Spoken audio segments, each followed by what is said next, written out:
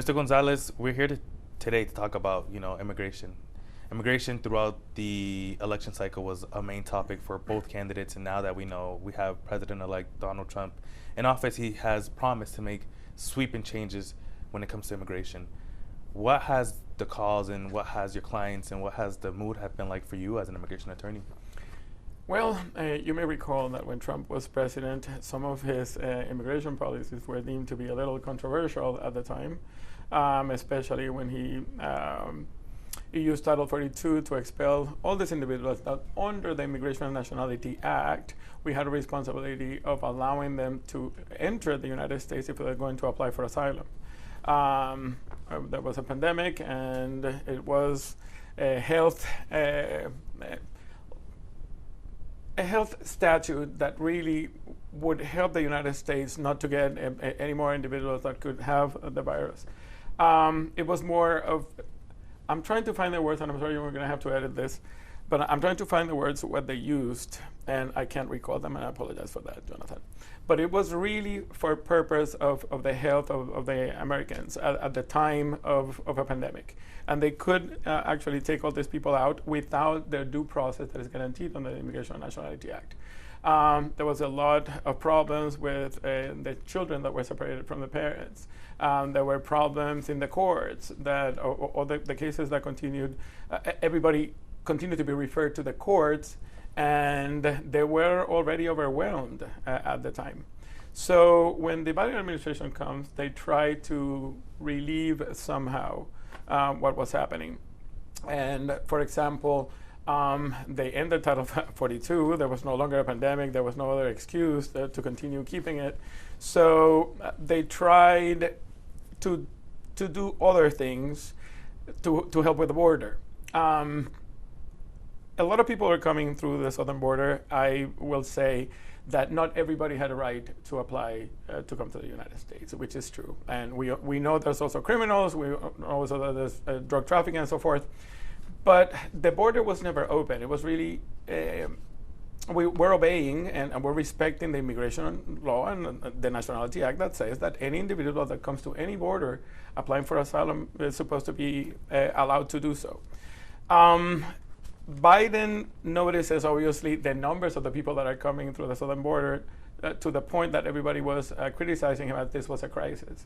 He tries to find alternate ways to bring these individuals into the country. He created a parole program that would allow certain countries to sponsor the individuals that were coming to the United States, and they would fly in to the United States, get a work permit for 2 years, and the opportunity to apply for asylum at that point, through a channel that would not put them through all the risks involved in immigrating from your home country and walking to the United States, meeting criminal organizations. Some people died in their journeys, and some people were kidnapped, some people we don't know the whereabouts.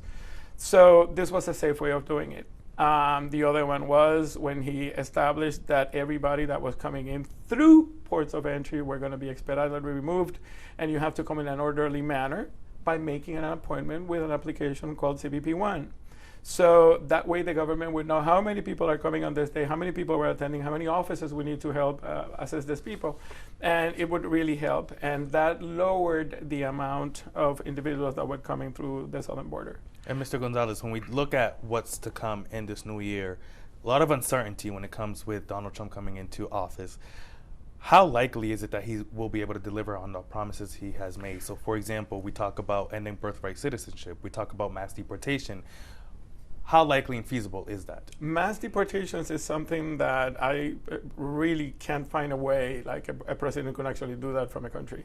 The Trump administration have cited an Aliens Enemies Act of the 1700s or the 1800s that has been used sporadically by presidents during times of war. But courts have repeatedly said, even though the Republican Party has tried to assert that we're being invaded through the southern border, the courts have said no. That's not an invasion. That it's an immigration problem that's happening all over the world, not only to the United States.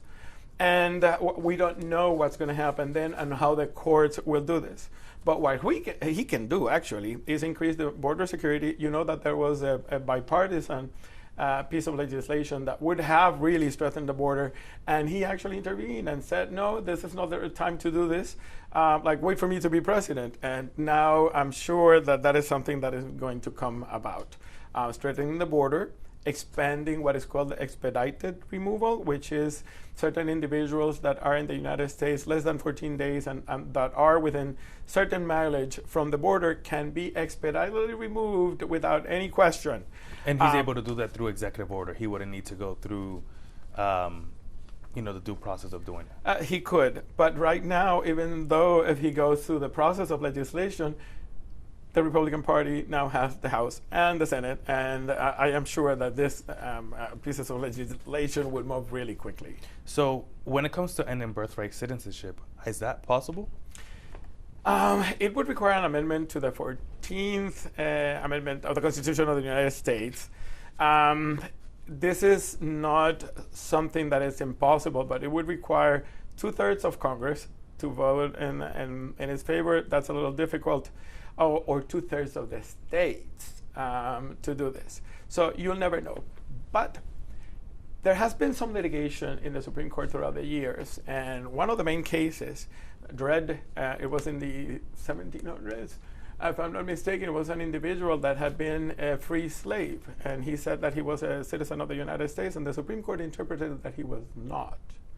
And that case was used, and this is what provoked the civil rights movement and the amendments later to the Constitution, precisely for race not to be considered. But there have been some cases that say that the interpretation of the 14th Amendment is still open. It says that anybody that is born within a territory, and there's a part that says something to, or is within the jurisdiction of the United States. At the time, it was interpreted that the jurisdiction was like in times of war, where if you belong to another country. We do not know how a court now could interpret the law and the case law in the past, and could interpret individuals that are subject to another jurisdiction, then they could not gain U.S. citizenship. So it could be through the courts, or it could be through legislation, but it would require a big effort because of the 2/3 of Congress. Not everybody is on board with that idea, not even all Republicans, or 2/3 of the states. And I'm sure that's going to be an issue as well. And when we talk about DACA, temporary protected statuses, where do they stand now? DACAs, that President Trump initially had said he was going to support them, then he had a change of heart and said, I can't, and then he eliminated the program. And he tried to cancel the program. And that cancellation went all the way to the Supreme Court that basically told him, oops, you missed a step. You canceled it wrong, so the program is still open. A lot of people started applying for it again until a judge saw the decision at district court and decided that the program was illegal. Now all the appeals are going up. They are in the Fifth Circuit right now. So the eventual decision will be by the Supreme Court of the United States, unless the president wants to act sooner. But I'm imagining he'll leave that to the courts. Now, temporary protected status are some countries that, because of something major that has happened in their country, they could not leave, and they were granted a temporary protected status to be in the United States, which would allow them to work, live in the United States, and even travel freely from the United States.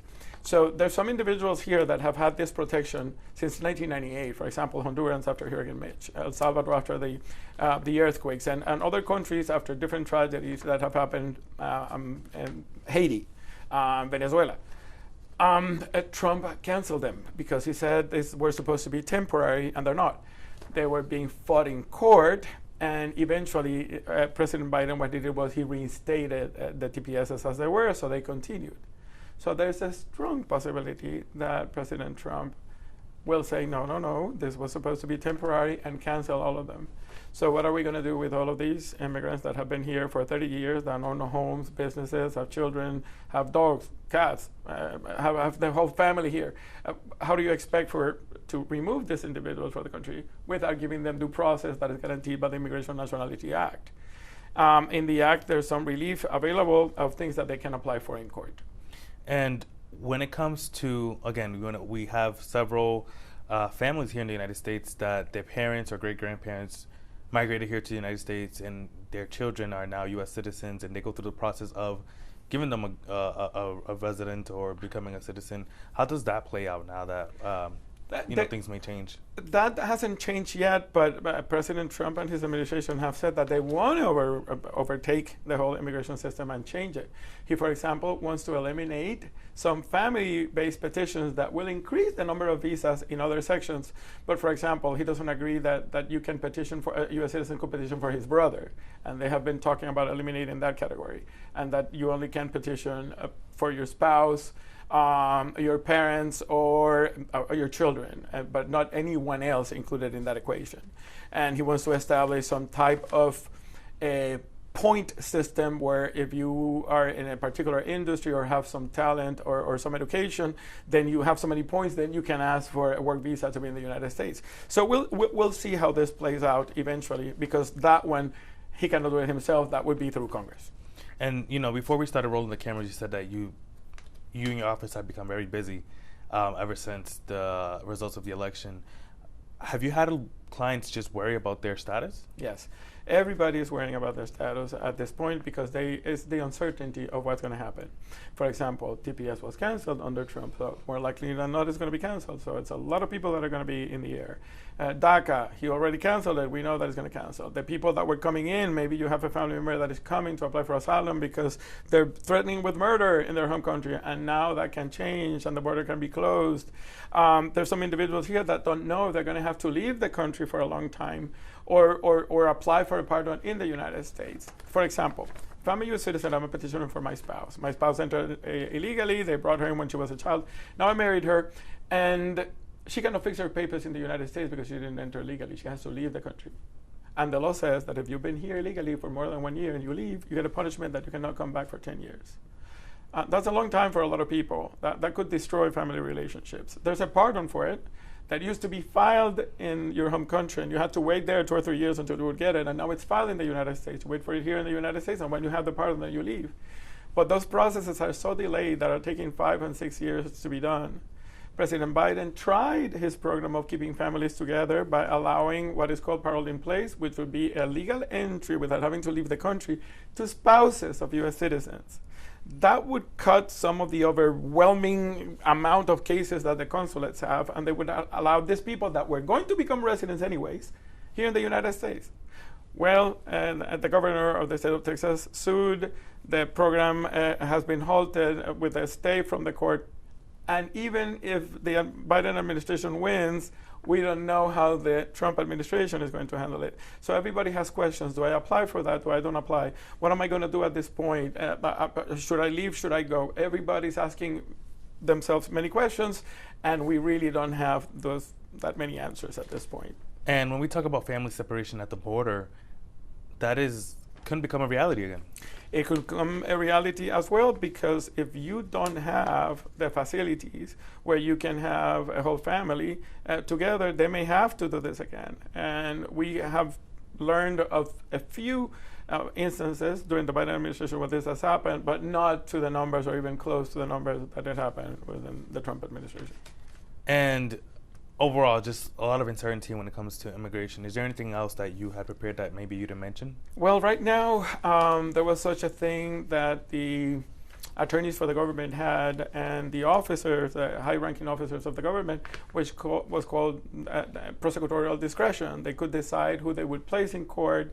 They could decide who to take out of court, because the priorities for the administration were criminals and individuals that could be a danger to the welfare and safety of U.S. citizens.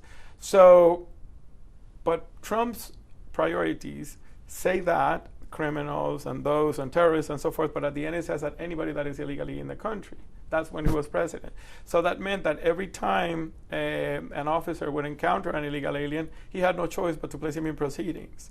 Under the Biden administration, they had the discretion. Wait, hold on just for a minute. This is not a priority, and I really need to go after the big ones. That is more likely than not will end. Closing cases in court while they apply for the pardon in the United States. that authority may be taken away as well, as it was taken during the Trump administration, and these individuals had to leave the country and then they wait there until they would get their appointments, separating the families. The birthright to citizenship, we discussed it already. Public charge is one that has everybody worried. At some point, the Trump administration tried to create a new version of what would be considered a public charge. When you are applying for somebody to come to the country, you also have to show that this person that I'm sponsoring to come and become a resident is not going to be a public charge for the government. I have to show my taxes and show, according to the poverty guidelines of the government, that I make enough to be able to give assistance to the person that I'm sponsoring in case they need it.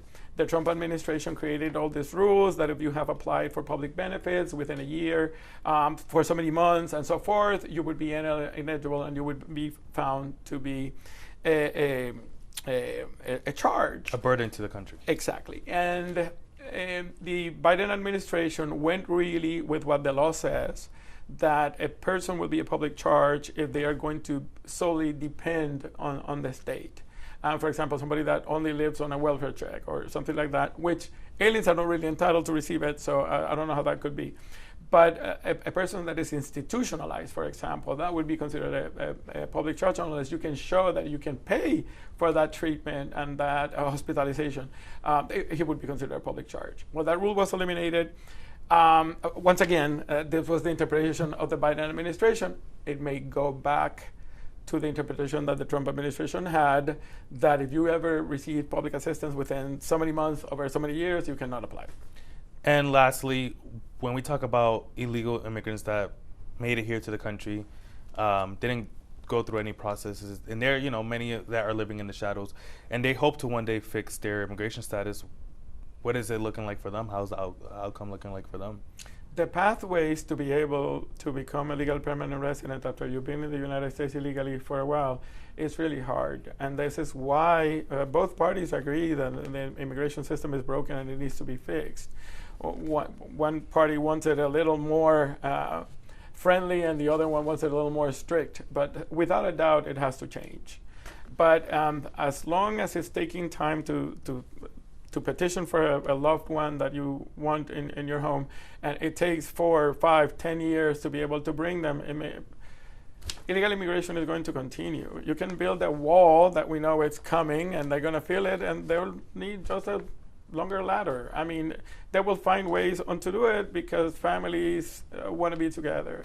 And if they're threatening to kill you in your home country and you don't have anywhere else to go, wouldn't you do the same? I think I would, because it's about me and about my family.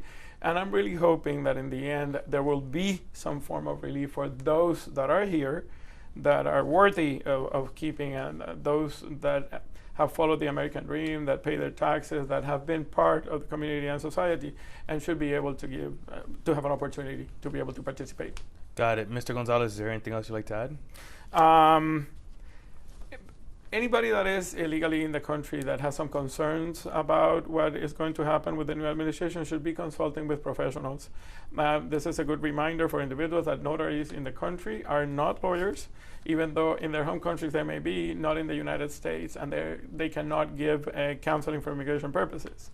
But it is really good to know, instead of panicking, getting the facts from a professional that can actually explain to you what your options are so that you'll know where you stand. And most of the time there are options. They may not be the ones everybody wants, but there are options and ways of fixing your status legally in the United States. Perfect. Thank you so much, sir.